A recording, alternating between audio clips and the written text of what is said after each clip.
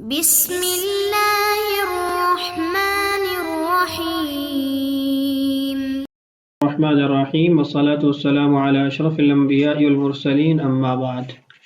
معزز سامعین، ان 10 مسائل کا بیان چل رہا تھا جن میں امام ابو حنیفہ رحمہ اللہ اور صاحبین کا اختلاف تھا، اور اختلاف کی جو وجہ تھی وہ مشتری کا مالک بننا یا نہ بننا تھا اس صورت میں جب مشتری نے خیار شرط کے ساتھ کوئی چیز خریدی ہو۔ تو ہم نے یہ پڑھا تھا کہ امام ابو حنیفہ رحمہ اللہ کے نزدیک مشتری جب خیار شرط کے ساتھ چیز خریدتا ہے تو مبیع کا مالک نہیں بنتا، مبیع اس کے ملک میں داخل نہیں ہوتا، جبکہ صاحبین کے نزدیک وہ مبیع کا مالک بن جاتا ہے، یہ مبیع اس کی ملک میں داخل ہو جاتا ہے۔ تو اس اختلاف کی وجہ سے آگے بہت سارے مسائل میں اختلاف تھا، جن میں سے 10 مصنف رحمہ اللہ نے ذکر کیے ہیں۔ ہم ان میں سے 6 پچھلی ویڈیو کے اندر پڑھ چکے ہیں، بقیہ انشاءاللہ آج کی ویڈیو میں پڑھیں گے۔ پہلے عبارت پڑھ لیتے ہیں۔ وَمَنْ وَلَدَتْ فِي الْمُدَّةِ بِالنِّكَاحِ لَا تَصِيرُ أُمَّ وَلَدٍ لَهُ، أي إن اشترى زوجته بالخيار فولدت في أيام الخيار في يد البائع لا تصير أم ولد للمشتري فيملك الرد عند أبي حنيفة رحمه الله، وعندهما تصير أم ولد له لأنها ولدت في ملك المشتري فلا يملك الرد، وإنما قلنا في يد البائع حتى لو قبض المشتري وولدت في يده تصير أم ولد له بالاتفاق لأنها تعيبت بالولادة فلا يملك الرد فصارت ملكا للمشتري، فالولادة وقعت في ملك المشتري لا في ملكه فتصير أم ولد له، وهلكه في يد البائع عليه إن قبضه المشتري بإذنه وأودعه عنده لارتفاع القبض بالرد لعدم الملك، أي المشتري بالخيار إن قبض مشتراه ثم أودعه عند البائع فهلك في يد البائع فهلكه في يده يكون على البائع لأن القبض قد ارتفع بالرد لأن المشتري لا يملكه فلم يصح الإيداع، بل رده إلى البائع يكون رفعا للقبض فيكون الهلاك قبل القبض فيكون على البائع، وعندهما لكن لما ملكه المشتري صح إيداعه ولم يرتفع القبض فكأنه هلك في يد المشتري فيكون الهلاك من ماله، وبقي خيار مأذون شرى بالخيار وأبرأه بائعه عن ثمنه في المدة لأن المأذون يلي عدم التملك، أي إن شرى عبد مأذون شيئا بالخيار وأبرأه بائعه عن ثمنه في مدة الخيار بقي خياره عند أبي حنيفة رحمه الله، وعندهما لا يبقى له الخيار لأنه إن بقي كان له ولاية الرد فرده يكون تمليكا بغير عوض والمأذون لا يملك ذلك، وعند أبي حنيفة رحمه الله لما لم يملكه كان رده امتناعا عن التملك وللمأذون ولاية ذلك، فإنه إذا وهب له شيئا فله ولاية ألا يقبله۔ یہ ہے آج کے ہمارے سبق کی عبارت۔ اس عبارت کا پہلا مسئلہ اور سابقہ تسلسل کا 7واں مسئلہ دیکھیے۔ فرماتے ہیں وَمَنْ وَلَدَتْ فِي الْمُدَّةِ بِالنِّكَاحِ، اور باندی کا بچہ پیدا ہو مدت خیار کے اندر اور یہ باندی خریدنے والے کے نکاح میں ہے، لا تصیر ام ولد لہ، تو یہ اس کی ام ولد نہیں بنے گی۔ عبارت کی وضاحت آگے شرح کے اندر موجود ہے، وہیں سے دیکھ لیجیے۔ ای ان اشترى زوجته بالخیار، ایک شخص نے اپنی بیوی کو جو کسی اور کی باندی ہے خیار شرط کے ساتھ خریدا، فولدت فی ایام الخیار فی ید البائع، تو اس باندی نے مدت خیار کے اندر بائع کے قبضہ کے اندر ہی بچہ جن دیا، لا تصیر ام ولد للمشتری، تو یہ مشتری کی ام ولد نہیں بنے گی، اس لیے کہ امام صاحب کے نزدیک جب مشتری خیار شرط کے ساتھ مالک نہیں بنا اور قبضہ بھی اس کو حاصل نہیں ہے تو اس صورت کے اندر ہم یہ کہیں گے کہ بائع کا ہی بچہ ہے اور اسی کی ام ولد یہ باندی ہوگی۔ فَيَمْلِكُ الرَّدَّ عِنْدَ أَبِي حَنِيفَةَ رَحِمَهُ اللَّهُ، تو مشتری اس صورت کے اندر امام صاحب کے نزدیک واپس لٹانے کا اختیار رکھتا ہے، اس لیے کہ اس کی ملک میں وہ چیز داخل ہی نہیں ہوئی۔ وَعِنْدَهُمَا تَصِيرُ أُمَّ وَلَدٍ لَهُ، جبکہ صاحبین کے نزدیک چونکہ مشتری اس کا مالک بن گیا تھا، اگرچہ قبضہ ثابت نہیں ہوا تو یہ اس کی ام ولد ہی شمار کی جائے گی، لأنها ولدت فی ملک المشتری، یہ مشتری کی ملک کے اندر بچہ پیدا ہوا ہے، چاہے اس کے قبضے کے اندر یہ بچہ پیدا نہیں ہوا۔ یہ بات آپ کو یاد رہے کہ یہ وہ صورت ہے جس کے اندر خریدنے والے نے اپنی بیوی کو خریدا ہے، یعنی اس کی بیوی کسی اور کی باندھی ہے۔ اگر اپنی بیوی کو نہ خریدے تو پھر مسئلے کی یہ صورت نہیں ہوگی۔ فلا یملک الرد، تو صاحبین کے نزدیک وہ واپس نہیں لوٹا سکتا چونکہ یہ اس کی ملک میں داخل ہو چکی ہے۔ وَإِنَّمَا قُلْنَا، فرماتے ہیں یہ جو ہم نے کہا فی ید البائع، کہ بائع کے قبضے کے اندر اس باندھی نے بچہ جنا ہے، اس کی وجہ یہ ہے کہ حتی لو قبض المشتری، کہ اگر مشتری قبضہ کر لیتا ہے وولدت فی یدہ، اور یہ باندھی اس کے قبضے میں بچہ جنتی ہے، تصیر ام ولد لہ بالاتفاق، تو پھر بالاتفاق یہ اس کی ام ولد یعنی مشتری کی ام ولد بن جائے گی۔ لأنها تعیبت بالولادت، اس لیے کہ ولادت یعنی بچہ جننے کی وجہ سے یہ عیب زدہ ہو گئی ہے، اس کے اندر عیب پیدا ہو گیا۔ فلا یملک الرد، تو مشتری لوٹانے کا، واپس کرنے کا مالک نہیں ہے، اس کو یہ اختیار نہیں ہے۔ فصارت ملکا للمشتری، تو اس کو مشتری کی ملک ہی شمار کیا جائے گا۔ فالولادت وقعت فی ملک المشتری لا فی ملکہ، تو یہ جو ولادت ہوگی یہ مشتری کی ملک میں، مشتری کے قبضے میں ہوئی ہے، تو اس لیے لا فی ملکہ، بائع کے قبضے میں یہ ولادت نہیں ہوئی۔ فتصیر ام ولد لہ،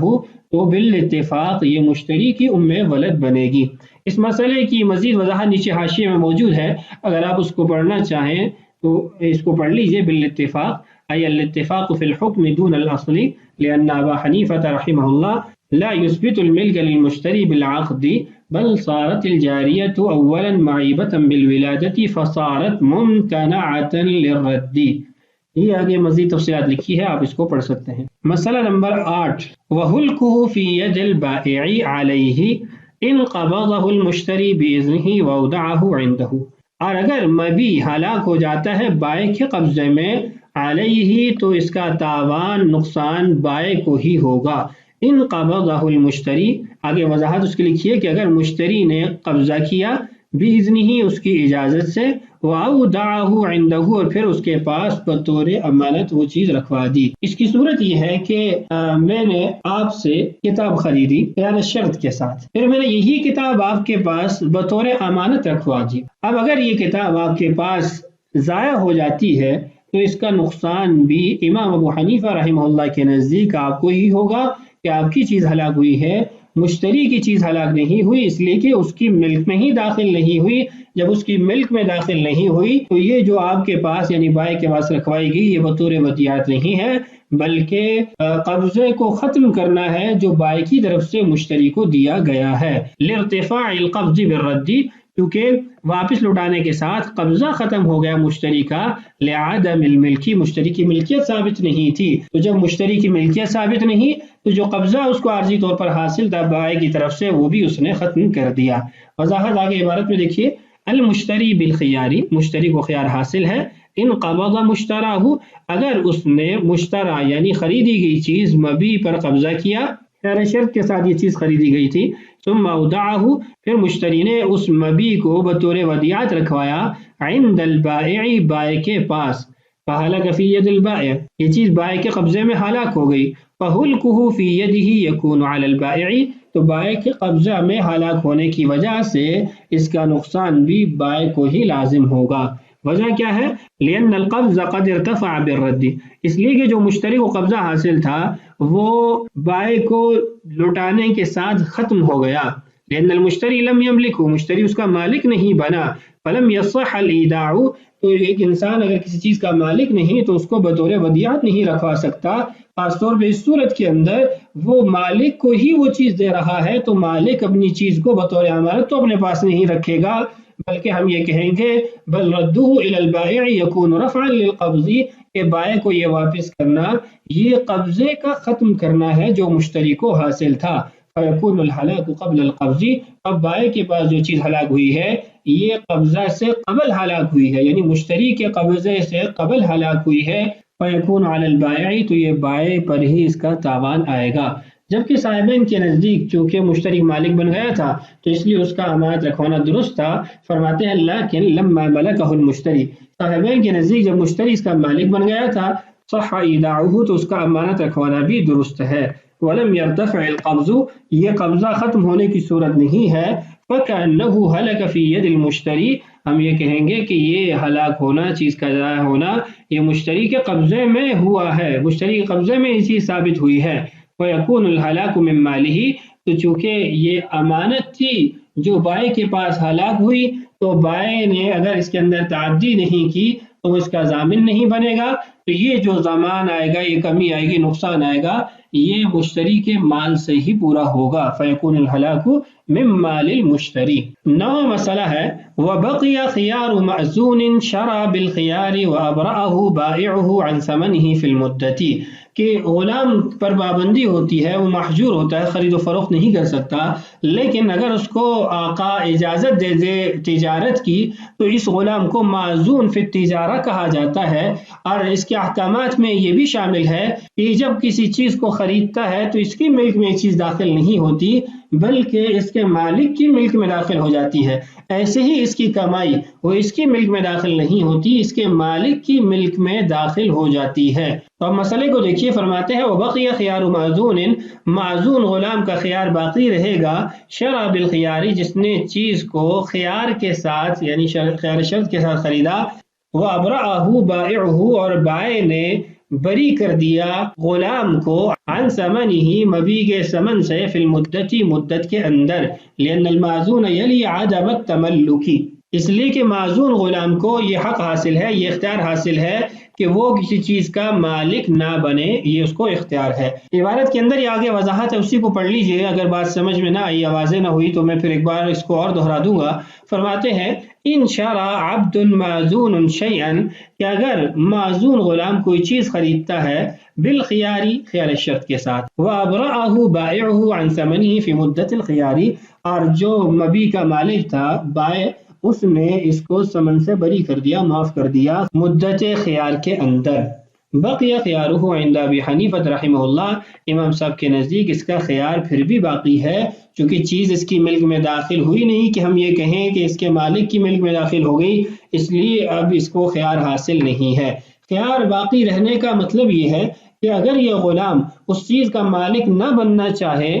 تو یہ انکار کر سکتا ہے، چونکہ جب تک چیز اس کی ملک میں نہیں آئی تو اس کے آقا کی ملک میں بھی داخل نہیں ہوگی۔ تو اس صورت کے اندر بھی خیار شرط کے ساتھ جب اس نے چیز خریدی تو وہ چیز ابھی تک اس کی ملک میں داخل نہیں ہوئی کہ ہم یہ کہیں کہ اس کے آقا کی ملک میں داخل ہو گئی، اس لیے اگر وہ اس معاملے کو باطل کرتا ہے تو باطل نہیں کر سکے گا، کیونکہ آقا کی ملک میں داخل نہیں ہوئی چیز، تو اس لیے اگر رد کرنا چاہتا ہے، اس کی استبراء ثمن کو نہیں قبول کرنا چاہتا، تو اس کو یہ حق حاصل ہے، یعنی وہ بیع کو باطل کر سکتا ہے، بیع نافذ نہیں ہوگی۔ وعندهما، جبکہ صاحبین کے نزدیک، لا يبقى له الخيار، اس کے لیے خیار باقی نہیں رہتا، کیوں؟ لأنه ان بقي كان له ولاية الرد، اگر ہم یہ کہیں کہ خیار باقی ہے تو اس کا مطلب یہ ہے کہ اس کو لوٹانے کی ولایت حاصل ہے، حق حاصل ہے۔ فرده يكون تملیکا بغیر عوض، تو اس کا یہ لوٹانا یہ تملیک بغیر عوض ہوگا۔ تملیک بغیر عوض یہ ہے کہ آقا کا مال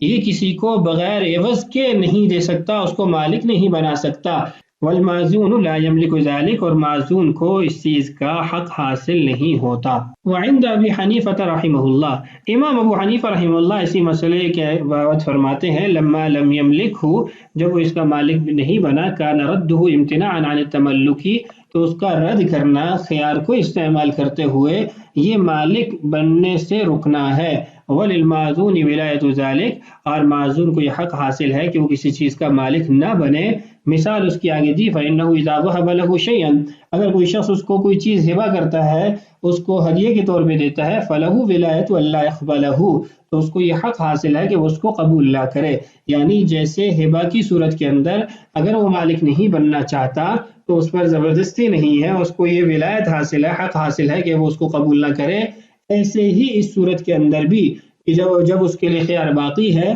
تو وہ اس کو واپس لوٹا سکتا ہے، اس پر یہ پابندی نہیں ہے۔ خلاصہ عرض کر کے بات ختم کرتا ہوں، جو 10ویں صورت ہے وہ اگلی ویڈیو میں انشاءاللہ پڑھیں گے۔ خلاصہ یہ ہے کہ غلام کو تجارت کی اجازت دی گئی، اب اس غلام کو یہ حقوق حاصل ہوئے کہ اگر یہ خرید و فروخت کرتا ہے تو اس کا خرید و فروخت درست ہوگا، اور اس کے خریدنے سے اور بیچنے سے جو کمائی ہوگی وہ اس کے آقا کی ملک میں داخل ہو جائے گی، یہ اس کا مالک نہیں بنے گا۔ جب یہ مالک نہیں بنا تو اب یہ اس پیسے کے اندر تصرف بھی نہیں کر سکتا، وہ کسی کو دے بھی نہیں سکتا، اس کا مالک بھی نہیں بنا سکتا۔